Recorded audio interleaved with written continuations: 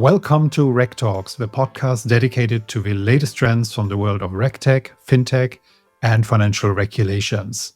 My name is Claus Christensen, and I'm the CEO and co-founder of award-winning RegTech provider Know Your Customer. Today, it's my great pleasure to welcome Ronald Daliya as my guest. Ronald is a seasoned risk, regulatory, and compliance transformation specialist with over 20 years of experience across Australia, Europe, and the US. He helps clients identify appropriate, sustainable, commercial and compliance solutions through specialized reviews, advisory services, and the establishment of tailored projects. Ronald's company, Intelleqt Consulting, focuses on financial crime transformation, and he collaborates with leading RegTech and FinTech providers to develop innovative products, services, and solutions. His diverse industry experience spans FinTech startups, scale-ups, legal, wealth management, retail banking, and institutional banking. In addition to his client work, Ronald provides mentorship to early-stage startups and individuals, sharing his deep knowledge of financial crime, project management, and change management practices. His LinkedIn account is a must-follow if you're interested in our space. Ronald, thanks so much for joining us today for our RegTalks episode. Thanks for having me. Excited to be here and talk to you. Great. I love that background of yours. This is incredibly diverse and has so many elements to it. I think this is quite interesting. But tell me a bit more about your background and how you came to focus on financial crime transformation. So, a long time ago, I started out engineering, and that took me into technology. And then that took me into banking, and I started there in technology. Found myself not to be a great developer, but great at managing projects. And that took me from place to place, primarily all about sort of investment banking technology. And then eventually I ended up in Australia. I followed my other half over here, and nobody wanted to do the regulatory projects. So I ended up doing them. And then the next thing I know is FinCrime. And, that maybe it's accidental, but I wanted to have a look. And it's proven to be a great gamble, and love working in this space. Yeah. I love when I encounter a fellow tech person in the space. We probably had similar learning experience when entering the compliance space from our angle.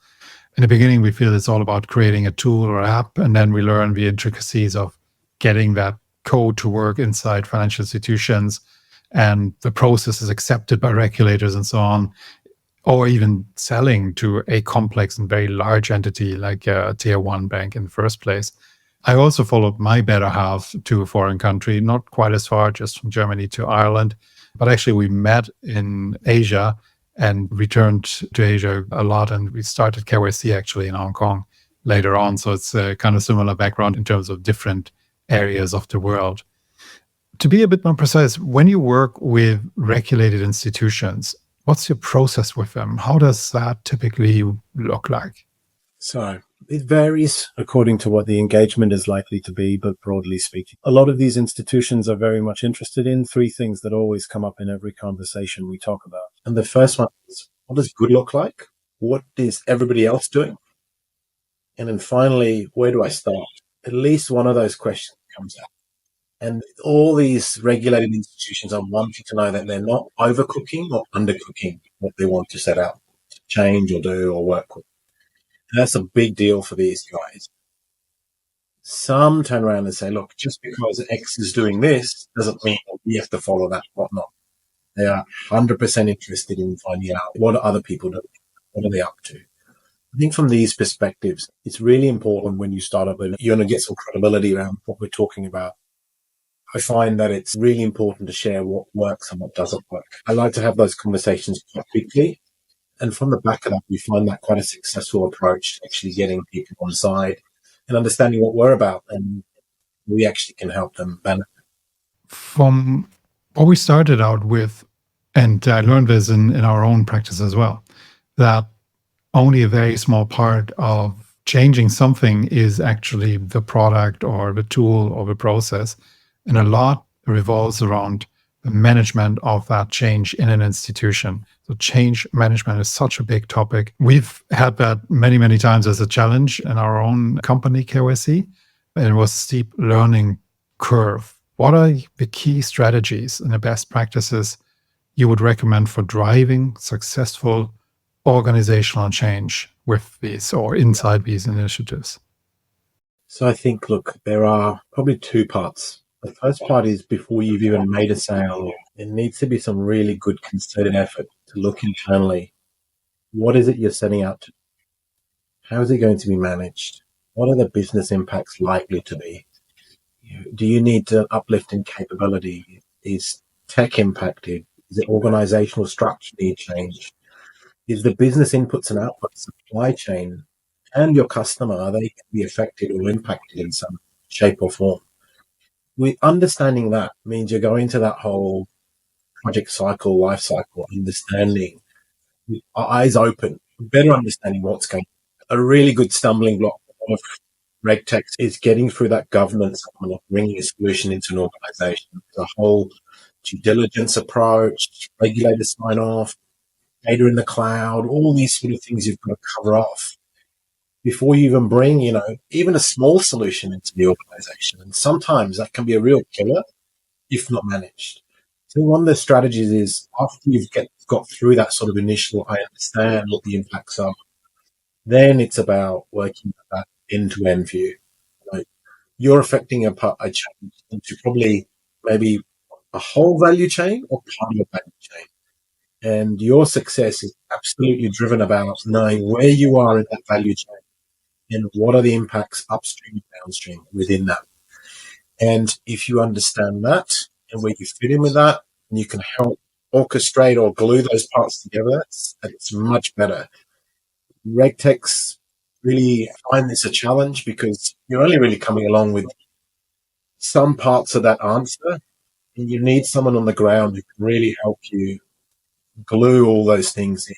Capability uplift, filling up the people. And that's not just around using the process, but actually having the skills to understand what an alert does and how are they going to triage the alert. And if that alert's genuine, what is the searching? What is the OSINT search you've got to do? What is the background? Are you going to qualify that triage? Those capabilities aren't something you just hand over in 2 minutes. So, they require a lot more of that change management view. So before and after, really important. Mm-hmm. I found navigating the many stakeholders in every project a special difficulty in our world. In the startup world, generally, we're used to flat hierarchies and quick decisions, and that's not an easy match in general to the world of tier one banking. But if I think about it, what is your output actually to these institutions? Is it in the end a written process document by which change is introduced? Or how does that work? It varies. So I'm sometimes engaged to provide an end-to-end project. I'll manage the project from business case all the way through to closure. I may be asked to come along and provide a strategy. I may look at it from a portfolio perspective and say, here's 120 things we have. How do we make sense of this? We sequence them up. What's the strategy? What are the strategic ones versus the practical items in there? How do I layer these things up? What about some analysis? Do you want me to focus on part of that value chain that we took previously or the end-to-end view? Is it a capability analysis? So I'm different from a lot of my peers in the industry in that I have a transformation background. So I see everything as a journey from A to B and therefore a transformation. So from a client's perspective, it's really around saying, what are these objectives? What are these obligations I need to meet? I'm saying you can't just implement them in isolation. You can't make a recommendation saying you must uplift, include additional monitoring. It's just not for that. You need a lot more of the soft aspects because of the change management and how you transform that into something that's actionable and you can do something with. I have learned that to a degree now, but hearing you talk, I get even more complexities in the change management than even we see normally from our vendor kind of standpoint. We are often the target by change management specialists inside the institutions looking at us and then asking us questions that lead us to, oh yes, how will this process really be transformed by introducing our technology? What do you think are the most difficult challenges that technology companies face when interacting with also your customers? What do we do wrong? Oh, it's hard. I mean, projects are hard. Projects are easy. Everybody would get to do them and do them successfully. So, yeah, they're difficult. It's difficult for a third party to come in, fully embed within the client's environment and really understand, as you mentioned, stakeholder engagement, who does what, the nuances within meetings. The more complex you get, the more impactful your change. You have political agendas within different teams, and you've got inter-process handoffs between different teams. People who may have seen or had more experience in previous implementation, who are jaded or naturally skeptical within that. In a large, complex tier one bank, you've got very specialized functions. And therefore, as soon as you span that value chain, now you're going across business division areas as well. These divisions are not the right word, but division is quite important because they are operating under different drivers and different motivators as a consequence. So it's really difficult to navigate. But, the success is really having someone on the ground who can actually help you navigate and embed within that. Whether you get a third party in, a partner, you have someone dedicated within your team who can basically lives and breathes the environment, helps glue this all together. I think that's the real way to do it, because you do need to facilitate. How am I going to hand this process under the fence between these two groups? What's the handover look like? Who is accountable, responsible from that? RACIs play a really big part of this as well. A lot of people aren't always clear as to what's expected of them, especially later on when they're handling the shiny thing and not being made very clear. It's not just the shiny thing, but all the support that goes around it too. What happens if they have to change it later on? Who are you going to call? In many projects, I wish we had that person on the other side, and we usually don't. I think what I get from is one of the biggest challenges is the failure of vendors to even understand that challenge. We think of introducing our products and services in terms of the user that uses it, and maybe their supervisor that looks at them from a higher point, reporting and so on. But that doesn't capture the complexity of change management at all, because there's so many more layers to it. There's so many more decisions to be made, and the future and long-term viability to look at and so on. The failure of seeing that from the beginning and not having someone internally who facilitates that, I think, is one of the biggest challenges and causes the most train wrecks in the industry of projects abandoned or delayed or much more expensive and so on. Yeah, I get that. When I read your bio, I thought, oh, this is very interesting with different cultures as well. You've worked in many different cultures. Do you see any interesting differences in the work environments in our space of financial crime and financial compliance between the US, Europe, and Australia? Oh, look, most of my compliance activities and work are really affected in this country than anywhere else. But I've been involved in all sorts of compliance functions. I would say in Australia, the RegTech community and the guidance that we have around ML regulator is excellent. I've looked at other sort of jurisdictions as well, and it is really quite fulsome. They're quite good at putting out really sort of applicable and makes sense. Industry consultation always can be improved. But in terms of cultures, which is, I think, the interesting part, is the most aggressive I've seen in my time was really out of the UK and London. I thought it would be more aggressive in the States, and it wasn't.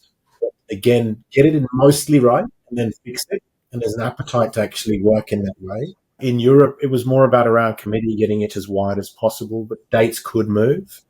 And in Australia, again, wanting to actually get it closer to better, and dates can move as well, depending on your activity. But fundamentally, it was much more sort of relaxed in this culture and as to how affecting that. I think it does depend on the institution and what their cultural view is internally. But it's the one I thought was the biggest surprise was in the US, where I thought it'd be much more aggressive. Well, sometimes you can be more relaxed if you already have a big market share, and that makes for a different culture, maybe. What I found interesting is the diversity that I encountered in our counterparties in Hong Kong and Singapore, in Asia specifically.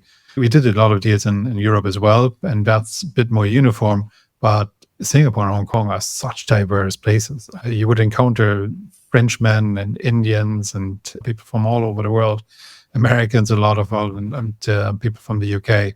And that makes for a diverse experience in itself. We never know who's sitting across us, who's looking at our solution and how they will react. But on the other side, our own company is built like that as well. We built it remote first from the very beginning. That meant we had access to a lot of talent worldwide. We have now, I think, staff from 17 countries in our company, which makes for an interesting experience internally already, and probably got us all to be very, very flexible there and accepting. And that works for me very well. Yeah. Apart from that, I would say the only cultural thing that I definitely saw was that in Asia, people are more adept at negotiations. Like, we come to the table with negotiations 101 knowledge, and they have a completely different level to get the price down. Is it more aggressive there? I wouldn't say more aggressive. It's more sophisticated in negotiations. They know what they want, and they usually have a path to that. Whilst we come to a negotiation more with an open mindset and reactive idea, and that's not so smart in Asia. Right. But fair enough, yeah. I have two more questions. One would be, you're working with such a diverse set of clients, startups and scale-ups, smaller ones and fintechs and established institutions. Do you have any favorite client segments, and what surprised you when you worked with them? I do like the fintechs. Fintechs are great. In the consulting we provide, everything's actionable, practical. We provide a rationale of why we make a recommendation. And we even talk about how you can basically, we do a review of your program. We'll even sort of sequence some of those recommendations so they can make that the best of it. These guys are really interested in how they can affect those outcomes. They do that quickly, efficiently. There's a change to how driver's license is scanned, and they're implementing that within 2 to 3 days. And the ability to actually take what you've said on board, ask the right questions, knowing that they haven't got any of these internal challenges around restriction or change and so forth, is quite refreshing. And it just gives you the idea that you can make a difference, and when you come in to help these sort of businesses, they really sit up, pay attention. They want to get value out of you because, they don't, not always maybe interacting with consultants and so forth. So they want to get value out of you. They want to make sure it's the right thing. And they want to make sure that, does this work for our business? You can't come along with a sort of, it's black and white compliance. It's grey. It's commercial. It's most attention sit for that. You have to have that thinking in your responses. I think there's a very interesting split with fintechs who have got founders who have risk background as opposed to those who do not. And you find that the guys who understand risk from very early stage build more seniority around their risk people than they do with others that have more of a commercial element to that. And you see those companies develop in different ways as well. Doesn't mean they're wrong or right. It's an interesting observation. We love working with fintechs as well. We have quite a few payment customers in that space. So that is an interesting fintech space. We love them because they're fast and react fast, but actually selling to them isn't that easy either as a vendor, because they are tech, so they want to build their own tech. And usually the sales cycle is similar length as in traditional banking, not because they don't decide faster, they do, but they first try to build it themselves. And then they come back to us when they found out how hard it really is, how complex a product we already have at the market. And that's definitely the easier way, buying it in at that point. But some of them make that mistake and do the extra round, and then it takes the same time. Yeah. It's the commoditization of, solutions that people are starting to realize that that's not something that's developed in 2 minutes. It's both a commoditization in terms of certain solutions are getting more standardized and you can choose any of them. And it is a development of greater depth in other solutions where it gets much, much further, for example, in terms of automation, or in our case, in terms of global coverage. That is just something, yes, if you look at one specific jurisdiction, finish fast, you can build it yourself and so on. But if you want the coverage, then it gets really, really complex very quickly. And that's when you want to buy in, and it's not a commodity so much anymore until everybody's using it, which I'm looking forward to. Yes, of course. In any case, I have one more question that I ask everybody. If you were to switch roles and become suddenly the global regulator tomorrow, would there be anything you would want to change in terms of regulations? Great question. I'd take the guesswork out. You take every single transaction that any financial institution or reporting entity would create, and you wouldn't differentiate between what is suspicious and not. You take them all. And then you would make sense as a regulator as to what is actually suspicious and not. No different from the stock exchange. They take all the trades that come in, off-book transfers, take all those trade reports, and then they do their analysis within that. And you got a holistic, big picture view, and it's not part of it or what you reckon is suspicious or not, but they're taking all of those things. And there's a couple of enablers such as centralized digitized ID or jurisdiction model, which enable these things. That's what I would change. Absolutely understand that. That would give you a fantastic view, and you would be able to find much more financial crime that way, I'm sure. Obviously, the problem with it is privacy implications and the potential abuse in one central segment there in the government.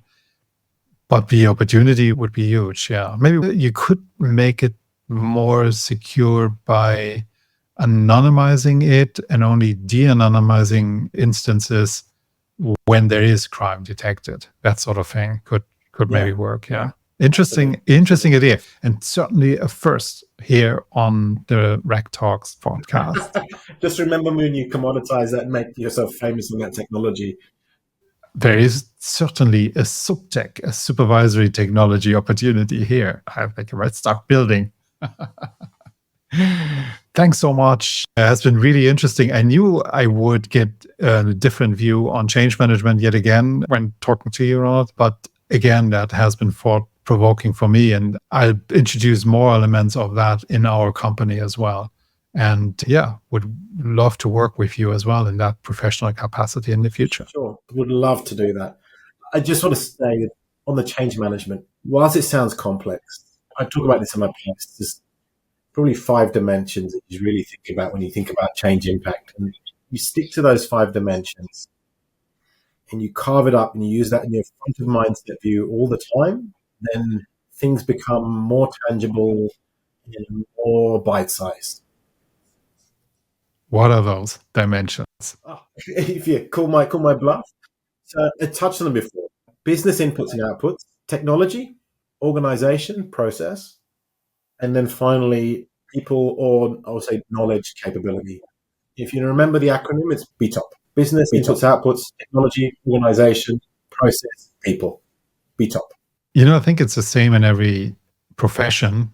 There comes a person who says, look, it's actually quite simple. And that means that person understood their trade. And for them, it is simple. For you, this is simple. I am sure it is still very, very complex for a lot of listeners and for the institutions. And that's exactly the value you provide. I would say the same thing about our stuff. It's actually simple. It's straightforward what we do, right?